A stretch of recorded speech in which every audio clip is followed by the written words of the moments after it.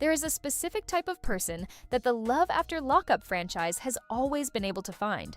Someone who sits inside a prison cell with a story they want to tell, a narrative they're desperate to control, and just enough self-awareness to know that the cameras need to see something sympathetic.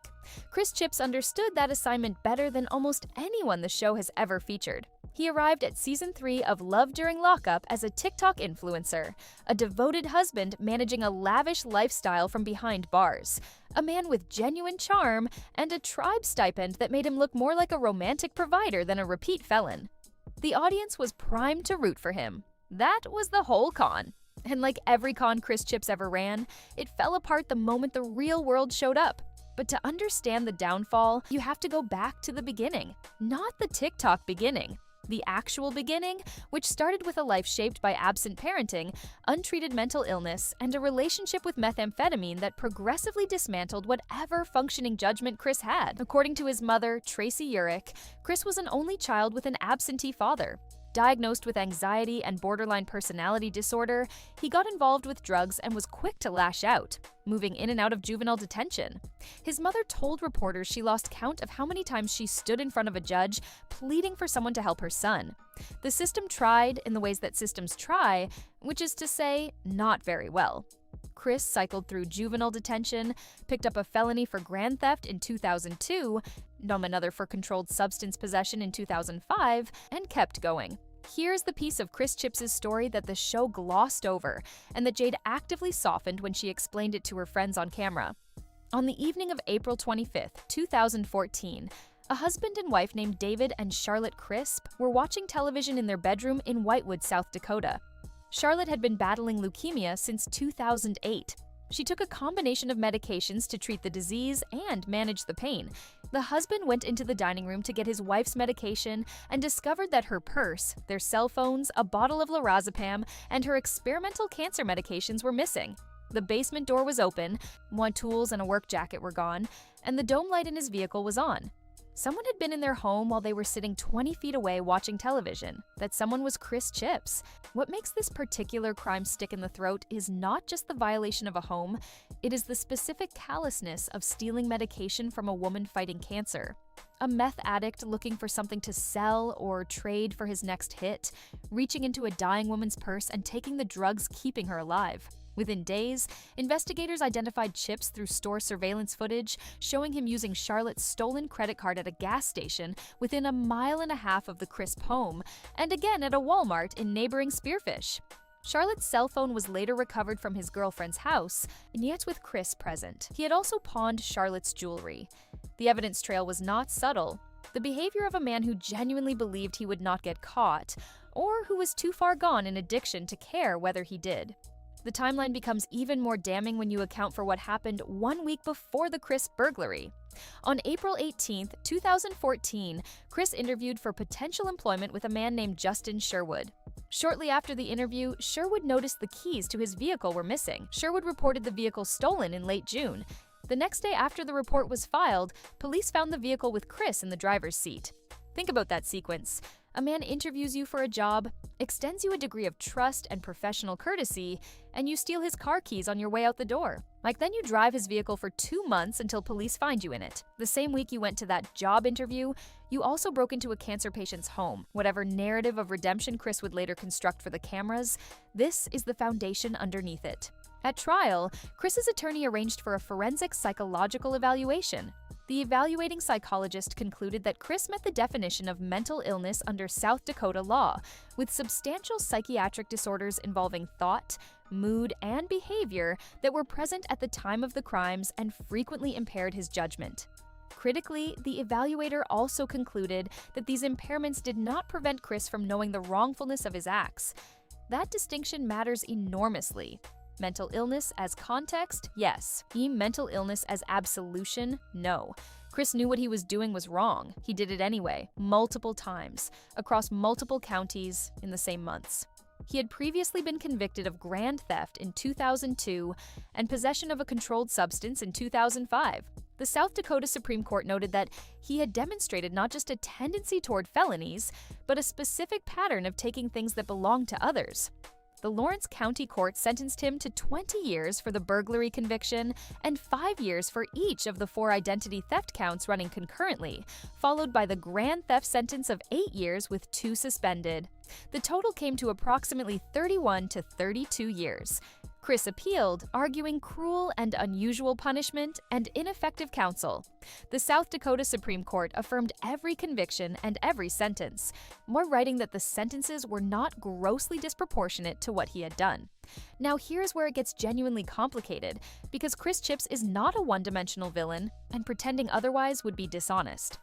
While sitting in prison in 2016, he read a newspaper story about a 5-year-old girl named Emma Bohan, whose family was being financially destroyed by her medical complications, and he had his mother take $5,000 from his account and donate it anonymously to the family. He also participated in a prison program making sensory items for children with special needs. He built a TikTok following by documenting the strange intimacy of prison life, and somewhere in those walls he fell in love with a woman named Jade, who found his photo on a pen pal page and thought he was, in her words, the most handsome person she had ever seen behind bars. Jade and Chris first connected on an inmate pen pal site in 2017 and got married the following year, 7 months from first contact to married, inside a South Dakota state penitentiary. Jade was a former flight attendant who had reinvented herself as a TikTok creator, documenting the realities of being a prison wife with a wry humor that audiences found compelling. She drove hundreds of miles to visit him. She had a life-size cardboard cutout of him at parties. She wore his face on a swimsuit. She was devoted in a way that was equal parts touching and disconcerting. On the show, Chris supported Jade with what the episode described as lavish purchases: a Cadillac SUV, a camper, a utility terrain vehicle, and their home in Naples, Florida, where they planned to live once his sentence ended. The money came from his membership in the Prairie Island Mnuakanton Dakota tribe in Minnesota. Through profit sharing from the tribe's casino operations, Chris received between $10,000 and $12,000 per month, which Jade could access through their joint bank account. The show framed this as romantic generosity. Jade's sister saw it differently, asking directly whether Chris was trying to buy Jade's love. It was a question none of the producers seemed particularly eager to pursue. When Jade's friends on the show asked the obvious follow-up, why, if he had significant monthly income, did he steal? Jade told them he was a huge drug addict, that he was into meth, and that's when he decided to break into someone's house. She did not mention the cancer medication. She did not mention the car keys stolen from the job interview. She did not mention the judge's description of a man with a consistent pattern of taking things that belong to others. She described it as a single bad decision made by an addict, which is both technically true and strategically incomplete. The show also documented the controlling dimension of Chris's behavior from inside his cell. In one episode, Jade missed his call while hosting a birthday party for her sister. When Chris finally reached her, he did not ask how the party was going. He interrogated her about why she hadn't answered, implied that she only ignored his calls when she was drinking, and told her she should be able to pick up the phone even when busy. Jade, surrounded by guests, eventually told him to stop calling so much and hung up.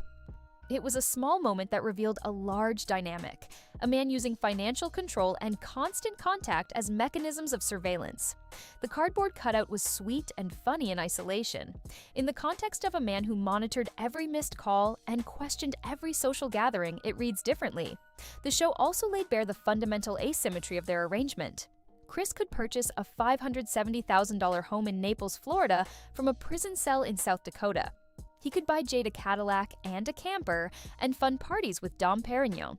What he could not do was be present, be accountable in any physical or daily sense, or experience consequences for his behavior in real time. The relationship existed entirely on his terms because his terms were the only terms available. When Jade missed a call, he could explode. When he did something controlling, she had no recourse because there was nowhere to go. Then, on November 21, 2024, Chris Chips was released from prison after serving 10.5 years of his 32-year sentence. This was the moment Jade had been building toward for 7 years. The house in Naples, the joint bank account, the years of cardboard cutouts and prison visits, and documented devotion. She was 6 weeks pregnant by the time she posted the announcement on TikTok. The man had not even finished adjusting to civilian plumbing before Jade was expecting his child. 2 days after his release, the wheels came off. On November 23, 2024, police were called to the couple's home in Naples, Florida in reference to a domestic disturbance involving a male drunk driving and crashing into things in the driveway. When an officer arrived, Chris approached from the back of the property, visibly unsteady on his feet. The officer had him sit on the driveway to prevent him from falling. He had slurred speech, watery eyes, and the odor of alcohol on his breath. This was 2 days after getting out of prison. 2 days. He had been free for 48 hours and was already crashing vehicles in his own driveway while drunk. The detail that makes it worse, the detail that turns it from a bad night into something genuinely ugly, is who was there. Chris nearly hit his 15-year-old daughter, who had been trying to stop him from driving.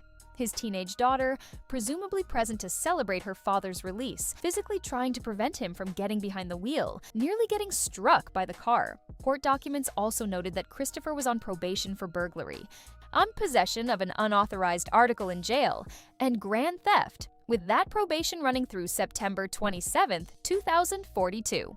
The DUI arrest constituted a violation of his probation order, requiring him to live without violating any law. Jade posted Chris's $1,000 bond, and he was released on November 24th. She bailed out the man who had just drunkenly nearly run over his daughter 48 hours after walking out of a decade in prison while she was pregnant with their child, and then came the other shoe. Less than a day before Jade filed for divorce, she posted and then deleted an Instagram story suggesting Chris had cheated on her. So, not only had he blown up his probation and nearly injured his daughter the moment he was free, he had apparently also found time to be unfaithful in the same compressed window. Less than 6 weeks after the DUI arrest, Jade filed the petition for dissolution of marriage. Chris Chips added the word divorce to his TikTok bio. Just like that. 7 years of prison pen pal letters, a $570,000 home bought from a cell in South Dakota, a cardboard cutout, thousands of TikTok followers, and a 2-month-old baby. Dissolved in 6 weeks. What makes Chris Chips' story so bracingly unsurprising is how completely it confirms everything the evidence had already said about him. This was not a case where freedom revealed something hidden. The South Dakota Supreme Court's ruling said it plainly. A man with a documented pattern of taking things that don't belong to him, who knows what he is doing is wrong, and does it anyway. That pattern did not begin with meth. It did not end with sobriety. It was behavioral, dispositional, something that the structure of incarceration had managed, but never addressed. He came out of prison with all the money in the world, a devoted wife, a child on the way, a home already purchased and waiting. And by day 2, he was drunk in his driveway, nearly running over his daughter, the donations to sick children, the sensory items for special needs students, the TikTok charm, the love letters and video calls, and tribe stipend used to furnish a life for a woman waiting in Florida. None of that was fake exactly. People are complicated. Genuine kindness and genuine destructiveness can live in the same person. But the kindness was always on Chris's schedule by Chris's choice, in contexts where Chris controlled the terms. The moment he was free, the moment no one controlled anything, the moment the structure dissolved, what emerged in 48 hours was drunk and crashing into things in his own driveway. His probation runs through 2042. He has a newborn son. He has a wife who waited 7 years and is now filing for divorce 6 weeks into their life together. He faces potential reincarceration for a probation violation on crimes that originally earned him over 3 decades behind bars. And somewhere in South Dakota, there is a woman named Charlotte Crisp, who once had her cancer medication stolen from her while she sat in her bedroom, who never got a TikTok apology or a reality TV redemption arc. This is the part of the story that none of the producers lingered on, and the part that the audience deserved to hold alongside all the charming prison phone calls and lavish gifts and cardboard cutout comedy. Man Chris Chips spent a decade telling the story of a man who had been humbled, transformed, and ready for the life waiting for him. He was out of prison for 2 days before that story collapsed under the weight of who he actually was. That is the downfall. Not dramatic, not unexpected, just a man without the structural containment of prison doing exactly what the record always said he would do the moment no one was watching.